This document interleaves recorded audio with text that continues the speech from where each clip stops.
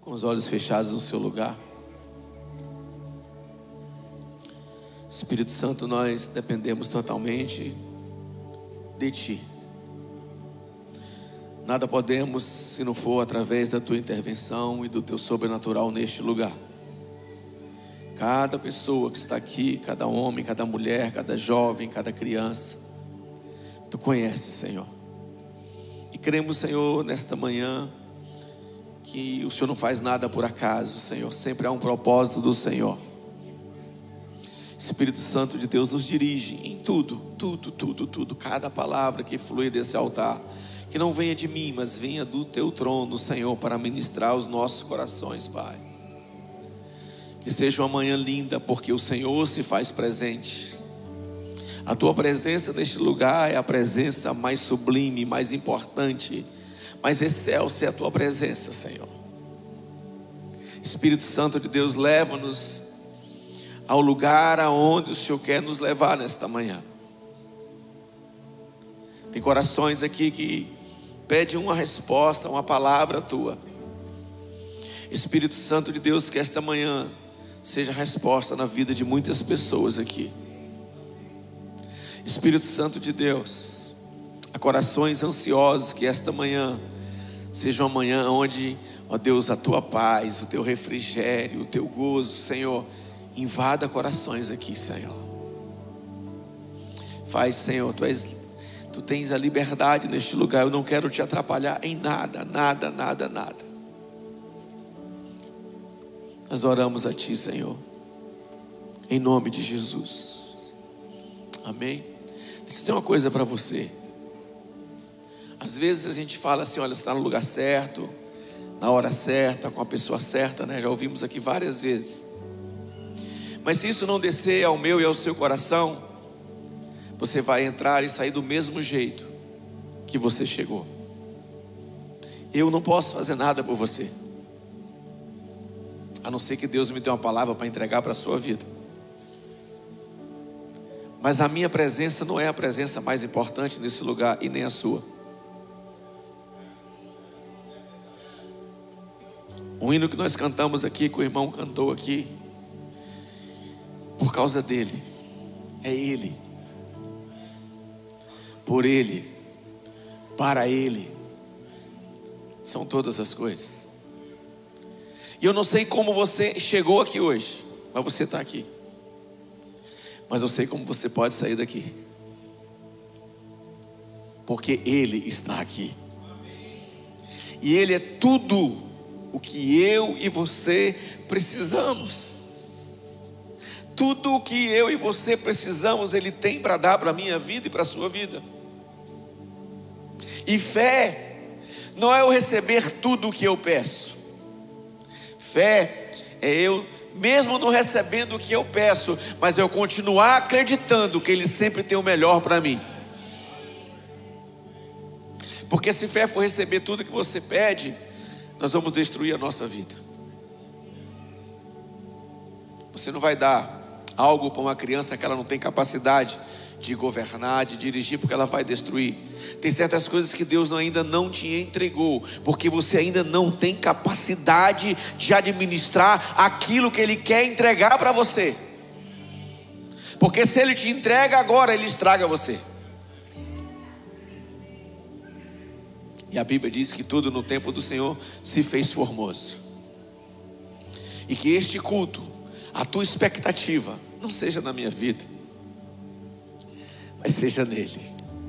Se a tua expectativa for nele, sabe, queridos, eu imagino a geração apostólica, se elas estivessem num culto como esse, como elas estariam se comportando?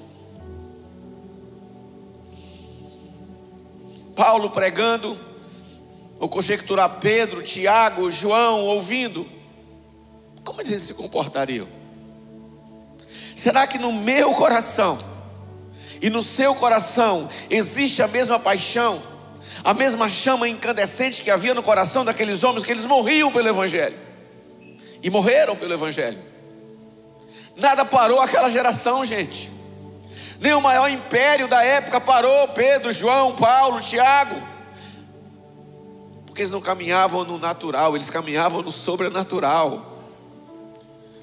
E para vivermos em fé, nós não podemos caminhar naquilo que nós vemos, nós sempre caminhar naquilo que nós não vemos, no sobrenatural de Deus. A outra canção que nós cantamos aqui falou que Ele é o fundamento. Você sabe o que é um fundamento? É aquilo que sustenta a minha vida, é aquilo que sustenta a sua vida. Fundamento, querido, é a base desse prédio. Esse prédio não cai porque tem fundamento, a sua casa não cai porque tem fundamentos. E os fundamentos nós não vemos com os nossos olhos. Tem um prédio lá na igreja que nós construímos algumas salas, é um prédio de 2 andares. E o prédio era para ser construído para 3 andares. E nós gastamos. E quando eu cheguei para ir lá olhar, lá não vi nada, irmão. São uns pedacinhos de ferro saindo da terra. Porque estava tudo enterrado num fundamento. A minha esposa falou de fé, obediência e gratidão. Lucas 6,46 diz assim: por que você me chama de Senhor, se vocês não fazem o que eu vos falo? Aí o versículo ele continua dizendo assim: olha, eu vou comparar o que é um homem prudente e um insensato. É o contexto de Lucas capítulo 6. O homem prudente é aquele que vai construir uma casa, e só Lucas faz esse detalhe, fala assim, ó, e ele cava fundo, bem fundo, e coloca alicerces, e ele constrói a sua casa.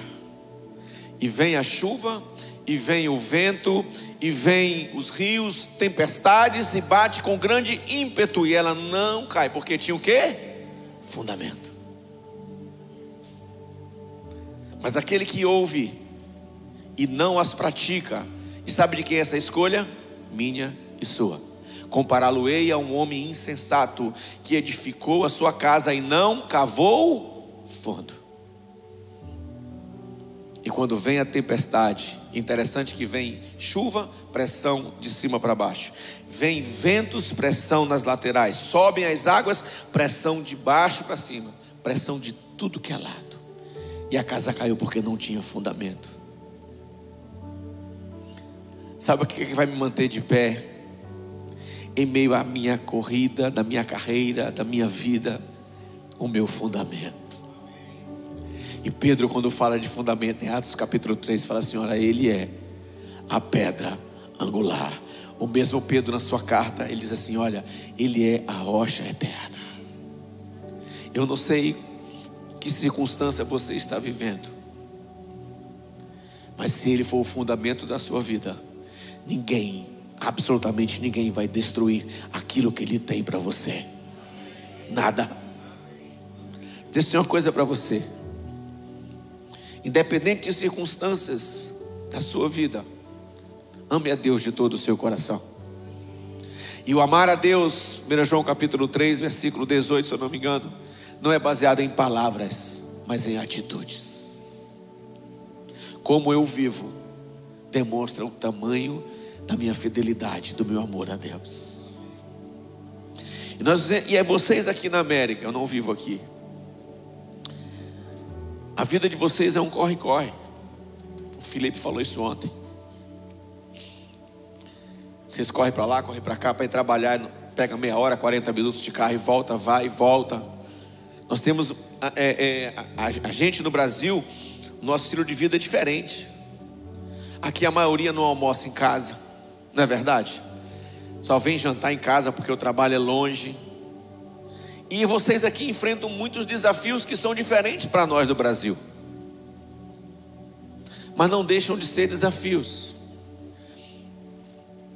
Mas a minha pergunta para você é: nesse teu corre-corre para lá e para cá, corre para cá, precisa trabalhar, isso é louvável. Mas eu tenho algo para dizer para você: essa não é a corrida mais importante da sua vida. Esta não é a corrida mais importante da sua vida. E o escritor aos Hebreus, no capítulo 12, ele diz assim: portanto, nós estamos rodeados de uma tão grande nuvem de testemunhas. Presta atenção no texto.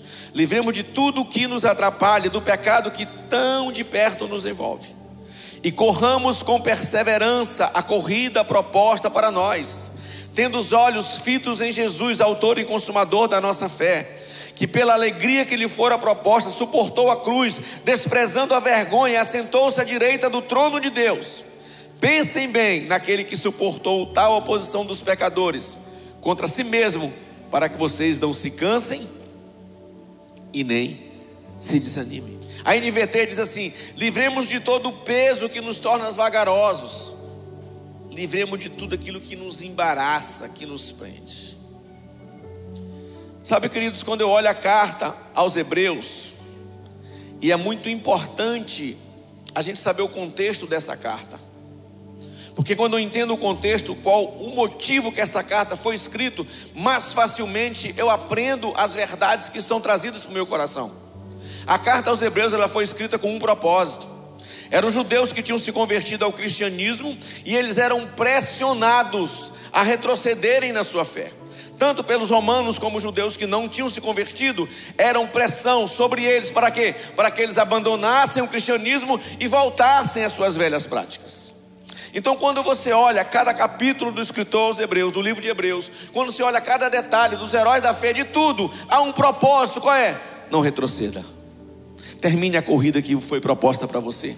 Quanto que o escritor aos Hebreus, ele faz questão de algo, irmãos. Se os judeus, eles eram muito o quê? Eles eram ligados o quê? À lei, aos profetas, não é isso? Era o que o judeu conhecia. Então, o escritor aos Hebreus, ele faz questão de mostrar quem é Jesus. Então, cada capítulo, são 13 capítulos do livro de Hebreus, ele mostra a pessoa de Jesus Cristo, tanto que ele começa o livro de Hebreus dizendo assim: olha, havendo Deus antigamente falado por meio de quem?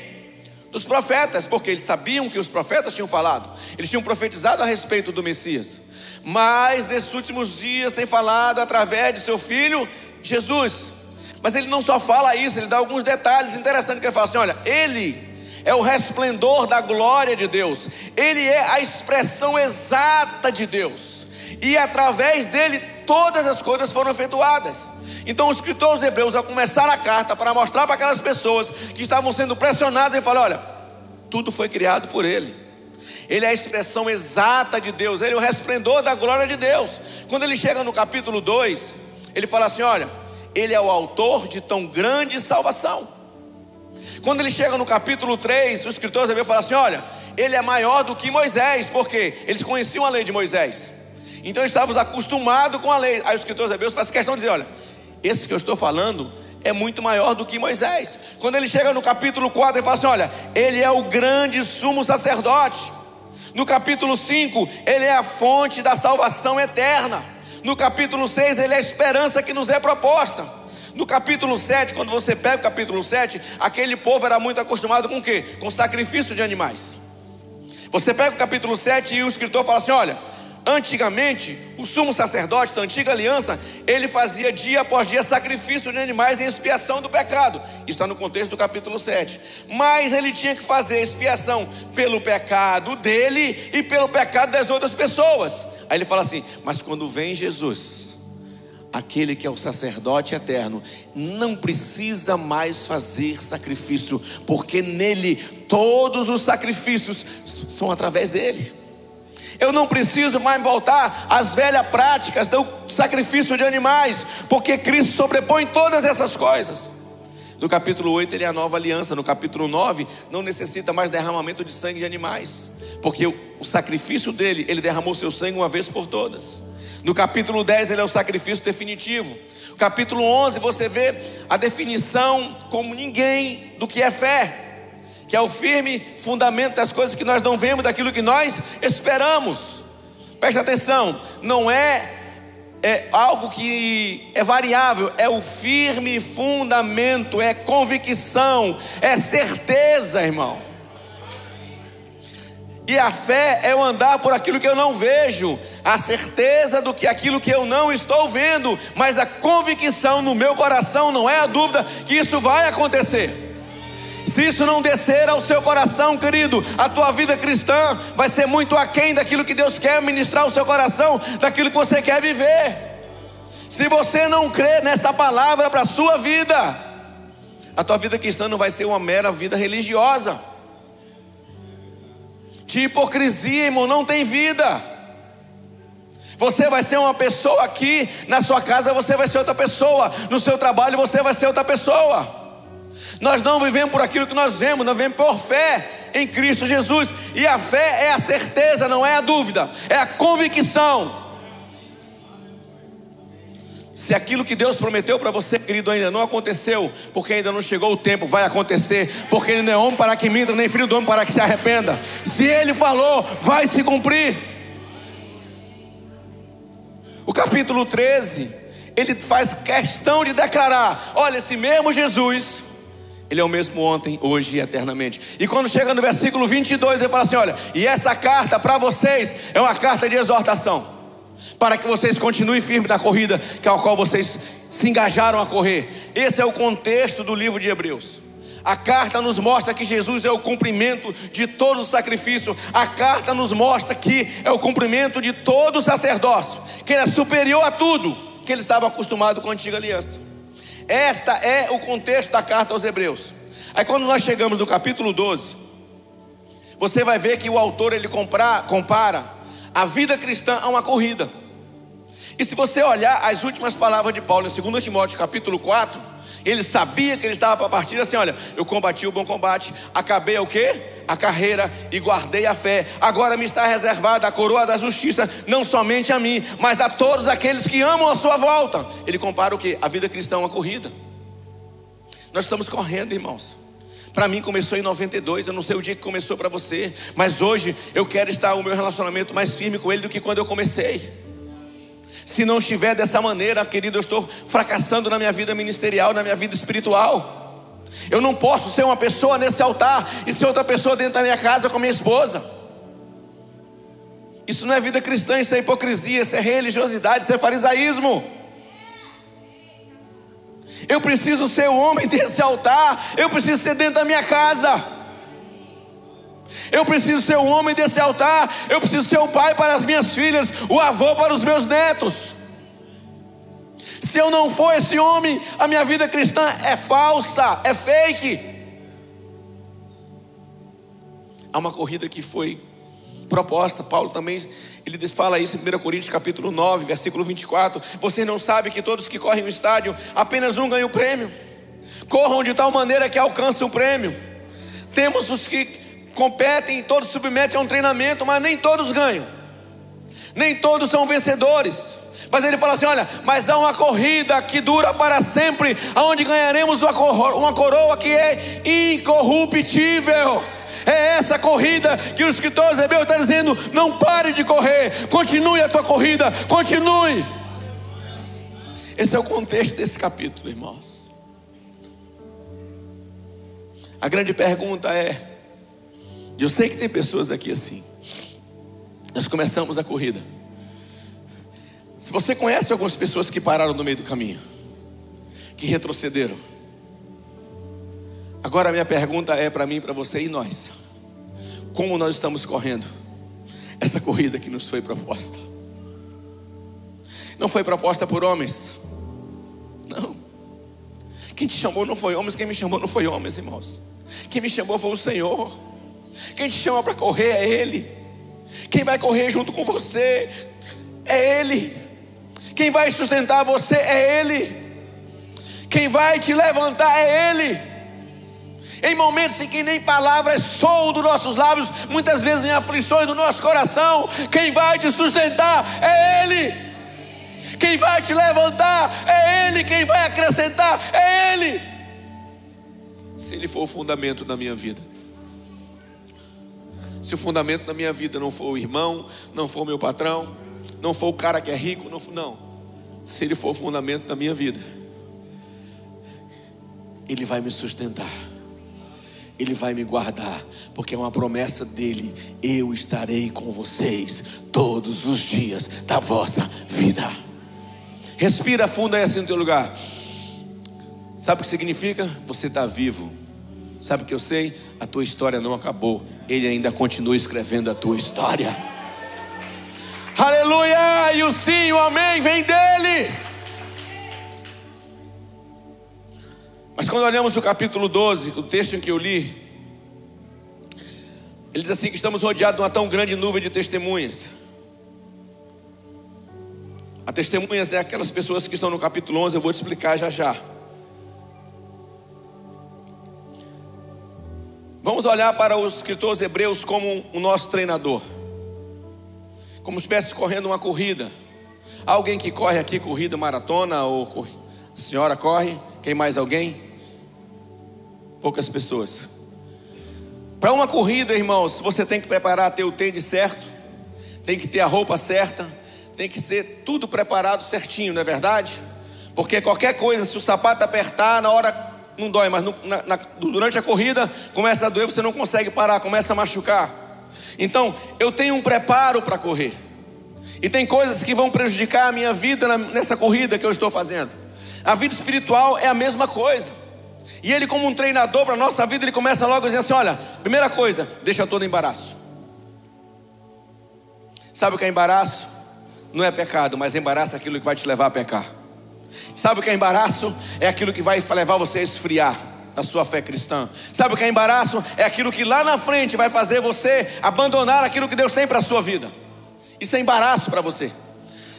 Há muitos anos atrás caiu um avião perto de Belém.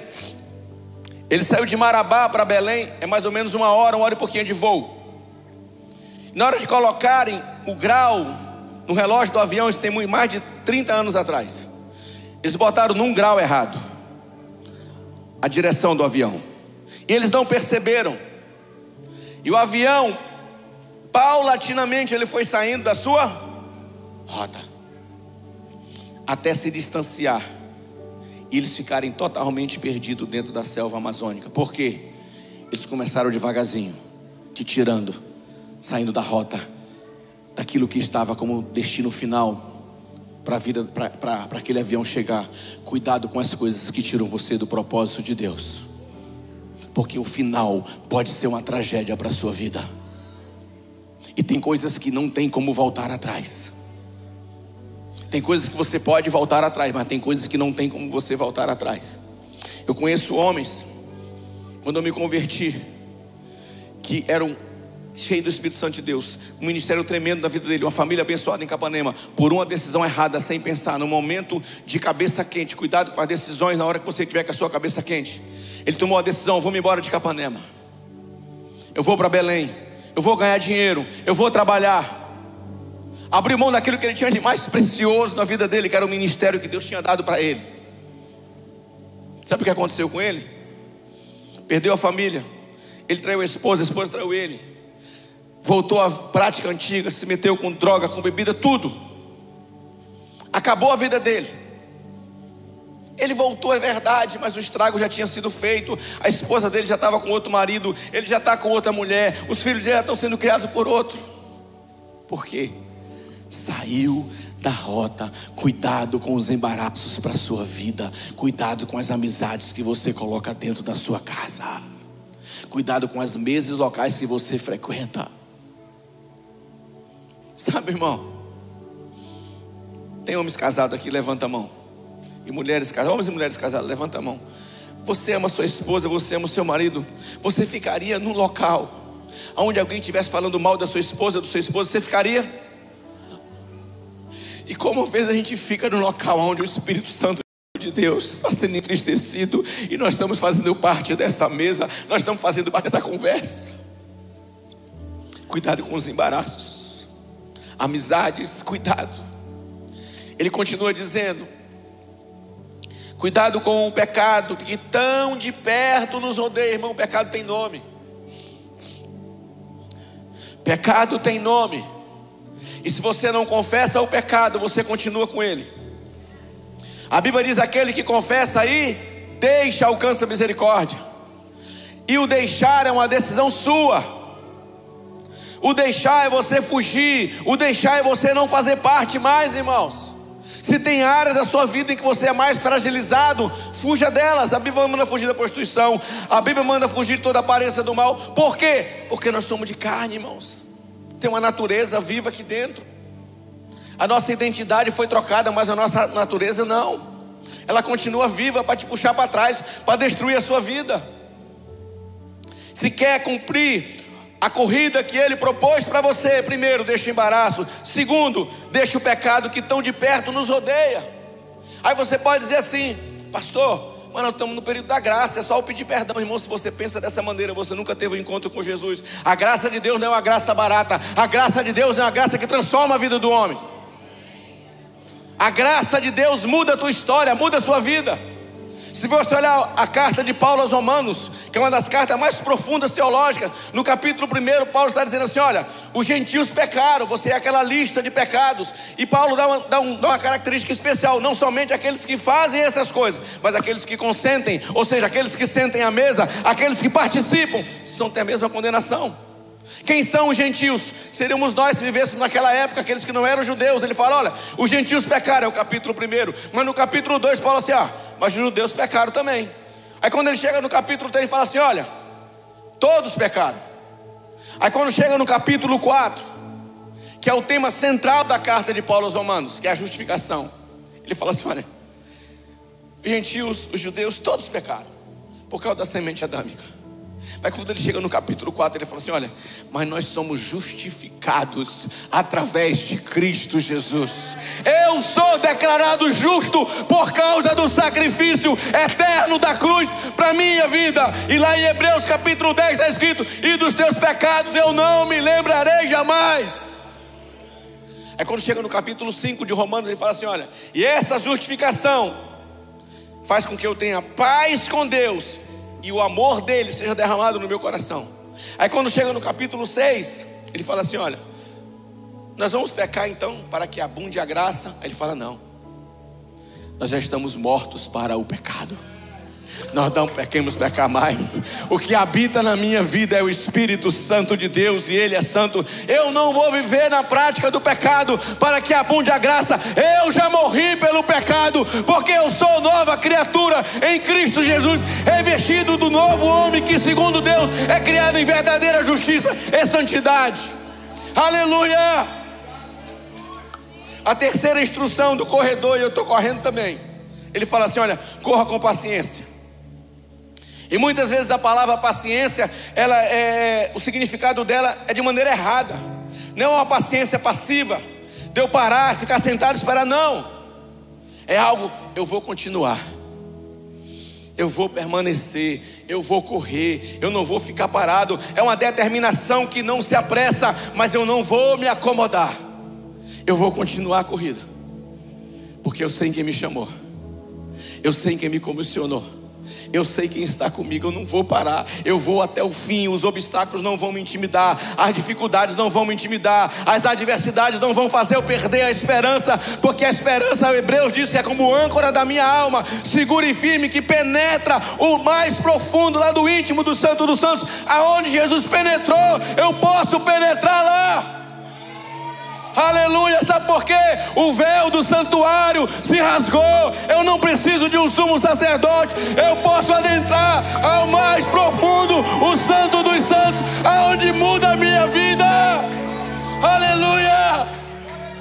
Quer ter a vida mudada?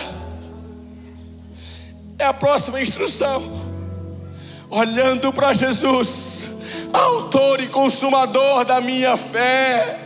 Fitando os olhos, não é no corredor que está correndo do lado, não é aquilo que deu errado, mas é naquilo que é a própria perfeição, aquilo que é puro por excelência, o Cordeiro Santo, Imaculado de Deus, Jesus Cristo de Nazaré. Aleluia!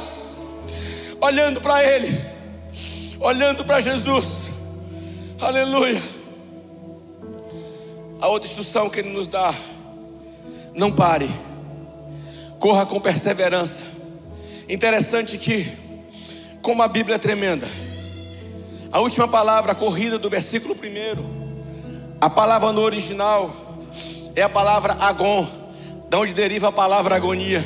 Sabe o que é que o escritor Hebreus está dizendo para mim? Olha, mesmo que seja agonizante, não pare de correr, continue correndo, continue correndo, olhando para Jesus, autor e consumador da minha fé, olhando para Ele, porque sabe quem foi o primeiro corredor? Foi Ele. O escritor diz: Ele suportou a cruz, Ele adentrou, Ele fez, foi definitivo o sacrifício dele, Ele efetuou a eterna redenção. Ele não joga os pecados no seu rosto, porque Ele declara que dos seus pecados Ele não se lembra mais. Aleluia. Ele efetuou a minha libertação através do sacrifício definitivo na cruz do Calvário. Ele é tudo o que eu preciso, Ele é tudo o que eu preciso. Eu não preciso de Jesus e algo mais. Ele é suficiente para a minha vida, Ele é suficiente para mim.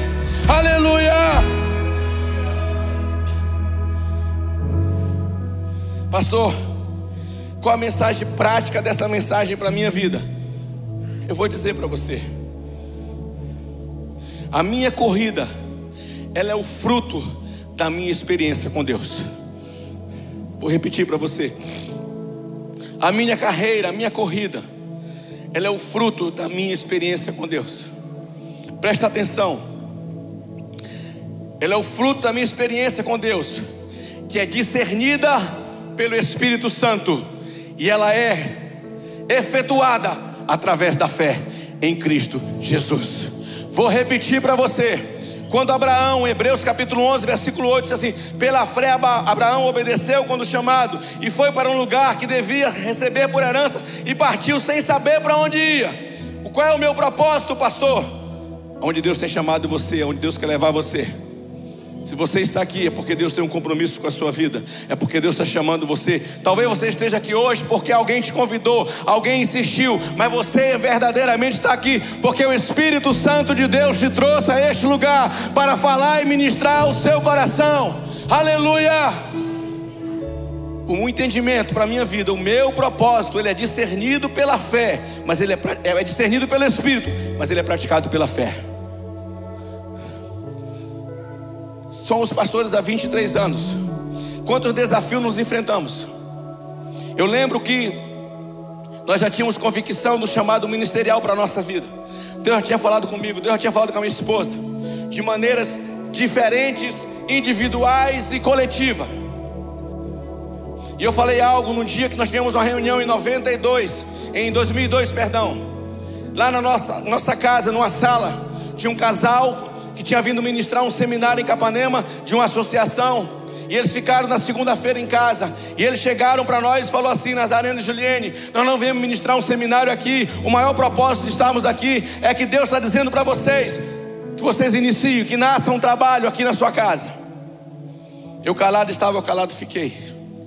Eu sabia que Deus tinha esse propósito para a nossa vida, e eu virei para ela e falei: irmã, eu sei que a senhora é mulher de Deus, mas da mesma maneira que Deus falou com a senhora, Ele vai ter que falar comigo. Porque na hora que Ele falar é agora. Eu não sabia se era o tempo, eu não sabia se era o momento. Olha para mim aqui. Talvez não seja o tempo de você tomar essa decisão na sua vida. Tenha um sim do Senhor. E eu falei: na hora que Deus confirmar no meu coração é agora. Aí eu falei assim para ela: nem que seja só eu, a minha esposa e as minhas 3 filhas, que elas ainda não eram casadas, eu inicio. Porque independente do que eu vá enfrentar, na hora que eu tiver essa convicção no meu coração, pode vir o que vier, porque eu sei em quem eu tenho crido, eu sei em quem me comissionou, e eu sei quem vai me levar. Deixa eu dizer uma coisa para você, querido: viva debaixo de um discernimento e uma direção do Espírito Santo de Deus. Não viva pelas circunstâncias, viva por aquilo que o Espírito Santo de Deus está falando para você. E deixa eu dizer uma coisa para você: o Espírito Santo de Deus não vai falar nada para você que não esteja de acordo com essa palavra. Se não estiver de acordo com essa palavra, não é o Espírito Santo, é o espírito de engano, porque esta palavra é a palavra de Deus para a sua vida. Aleluia. Segunda coisa: cada um tem o seu próprio percurso a percorrer. Não compare a sua corrida com a da outra pessoa. Paulo fala isso em 2 Coríntios 10:12. Cada um, você tem um percurso, eu tenho um percurso. Deus sabe o meu nível de fé, Deus sabe o teu nível de fé. A minha esposa, ela toma conta de uma das empresas do pai dela. É o melhor hotel da nossa cidade. E no dia que ela foi tomar conta, todo hotel tem o que nos frigobar? Bebida alcoólica, cerveja. Tem ou não tem? Tem. E ela entrou lá e falou: joga tudo fora. E os hóspedes não. Ou eu honro a Deus ou eu confio nele, que é Ele que vai me abençoar, ou eu confio nos homens. Hoje é o melhor hotel da cidade. Nunca entrou uma bebida alcoólica dentro daquele hotel. Em primeiro lugar na sua vida, honre a Deus. Honre a Deus, porque Ele vai honrar você. 1 Samuel 2,30: honrarei aqueles que me honram, mas desprezarei aqueles que me desprezam. O Senhor está convosco, enquanto vós estáis com Ele. Se o buscardes, o achareis, mas se o deixar, Ele também vos deixará. Sabe uma coisa que Deus não rejeita? Jeremias capítulo 29. Foi lido um texto aqui, no site ali do novo templo. Eu ouvirei a oração de quem? Do justo? Não. Eu ouvirei a oração de quem? Daquele que ora a mim, que me busca de todo o vosso coração, e serei achado de vós, diz o Senhor. Deixa eu dizer alguma coisa para algumas pessoas que estão aqui. Não carregue sobre a sua vida um peso do pecado, um peso daquilo que você fez e você carrega até hoje. Você não vai poder mudar o passado, mas você compromete o teu futuro ficando preso ao teu passado. Deus quer libertar você, Deus quer transformar a tua vida, Deus quer te levar a lugares maiores, mas você precisa deixar aquilo que te prende lá atrás no passado. Não compare a sua corrida com ninguém. Nós seremos avaliados, sabe pelo quê? Pela missão que recebemos. Olha para mim aqui, irmãos. A parábola dos talentos, Mateus capítulo 25. Preste atenção uma coisa. Aquele que recebeu 5 e multiplicou mais 5, o que é que o Senhor falou para ele? Servo bom e fiel. Mas aquele que recebeu 2 e ganhou mais 2, foi o que Deus falou para eles? A mesma coisa. Sabe o que eu aprendo com isso? Não é pela quantidade, mas é pela minha fidelidade a Deus. Ele vai te dar conforme a tua capacidade, mas a minha fidelidade a Deus é que vai fazer a diferença diante do Senhor. Sabe o que é ser fiel a Deus? É eu ser a mesma pessoa aqui nesse púlpito, é eu ser a mesma pessoa lá no Japão onde ninguém me conhece, é eu ser a mesma pessoa em qualquer lugar do mundo, porque a fidelidade a Deus, a minha experiência com Deus transforma o meu caráter, e caráter é aquilo que eu sou onde ninguém me conhece. Aleluia. Quarto,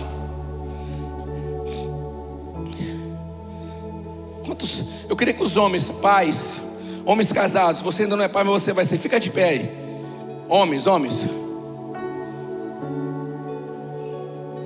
eu fazer uma pergunta para vocês. Vocês reconhecem que Deus deu uma missão para vocês, como marido e como pai, como sacerdote dentro da sua casa? Sim ou não? Sim. Levanta a sua mão e diz sim. Me arruma um outro microfone aqui, por favor. Desligado mesmo, só para servir de um microfone.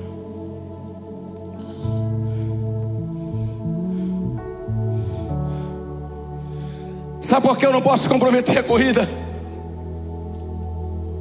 Porque quando eu comprometo a minha corrida. O senhor tem filhos? Vem cá então, como é seu nome? Tiago, fica aqui, Tiago, atrás de mim aqui. Vamos dizer que nós estamos numa corrida de revezamento. Você sabe o que é uma corrida de revezamento? Eu corri primeiro que ele, vamos dizer que eu seja o pai dele. Sabe por que eu não posso comprometer a minha corrida? Porque eu não só comprometo a minha corrida, eu comprometo a geração que vem depois de mim. Porque eu tenho que passar o bastão para ele continuar correndo. Eu não quero deixar para minha futura geração uma frustração, uma decepção. Eu quero deixar para minha futura gerações, meus netos, meus filhos, um homem que amou a Deus e que as gerações são impactadas pela sua decisão de servir e de amar a Deus. Ele vai pegar o bastão e quando ele pegar, ele vai passar. E assim vai. Pode sentar, querido, obrigado. Fica todos de pé no seu lugar. Deixa eu dizer uma coisa para você.